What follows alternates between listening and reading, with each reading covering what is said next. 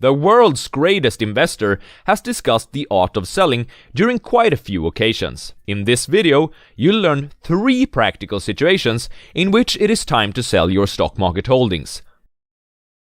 Now, one of the important things in stocks is that the stock does not know that you own it. You have all these feelings about it, and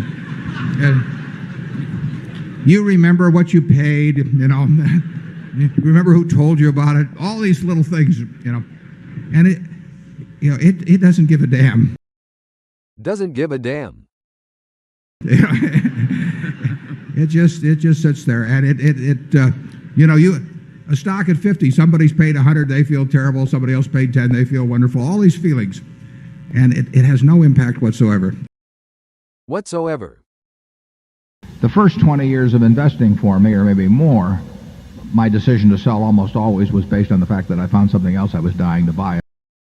Dying to buy. I mean, I sold stocks at 3 times earnings to buy stocks at 2 times earnings 45 years ago.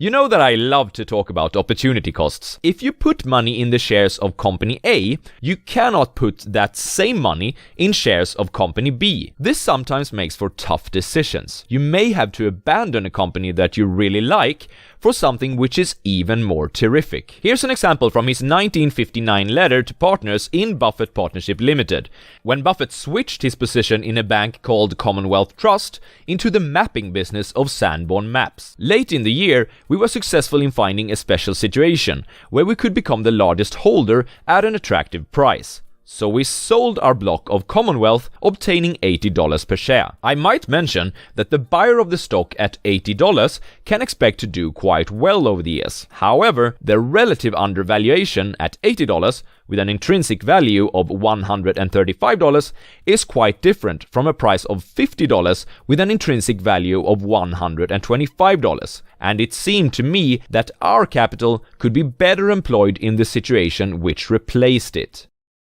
It is a little bit misleading to listen to the advice that Warren Buffett's favorite holding period is forever. Holding forever is just a personal preference of his these days. He prioritizes the personal relationships he's been able to build up with the managers of the subsidiaries at Berkshire Hathaway more than making a few extra percentages of returns. And to break off relationships with people I like and people that have joined me because they think it's a permanent home, to do that simply because somebody waves a big check at me would be like selling one of my children because somebody waved a big check. So I won't do that. And I want to tell my partners I won't do it so that they're not disappointed in me. The Berkshire Hathaway Owner's Manual was first presented in an annual shareholder letter to the Berkshire shareholders back in 1983, but this thinking of Buffett's goes further back than that. Have a look at what he said in a partnership letter from 1968. As I have mentioned before, we cannot make the same sort of money out of permanent ownership of controlled businesses that can be made from buying and reselling such businesses, or from skilled investments in marketable securities. Sort of money. Nevertheless, they offer a pleasant, long-term form of activity when conducted in conjunction with high-grade, able people at satisfactory rates of return.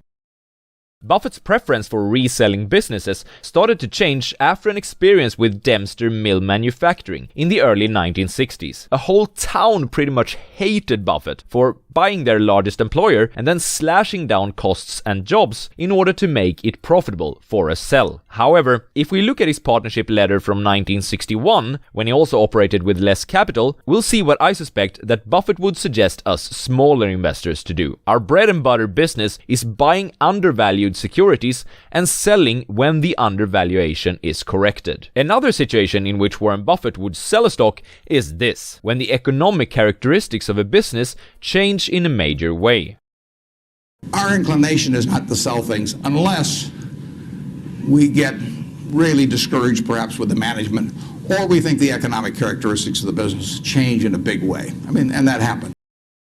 Let's look at a few examples of major changes which have caused Warren Buffett to sell historically. Just recently, in 2020, he sold his stake in a few of the major airline companies, noting that the world has changed for airlines due to the coronavirus. In 2014, Buffett sold off one of his most important investments of all time, the newspaper The Washington Post. During many years, Buffett talked about how the world had changed for the newspapers, and that the Post didn't possess nearly the same competitive advantages as when Berkshire purchased it in 1973. Finally, he decided to cut it loose.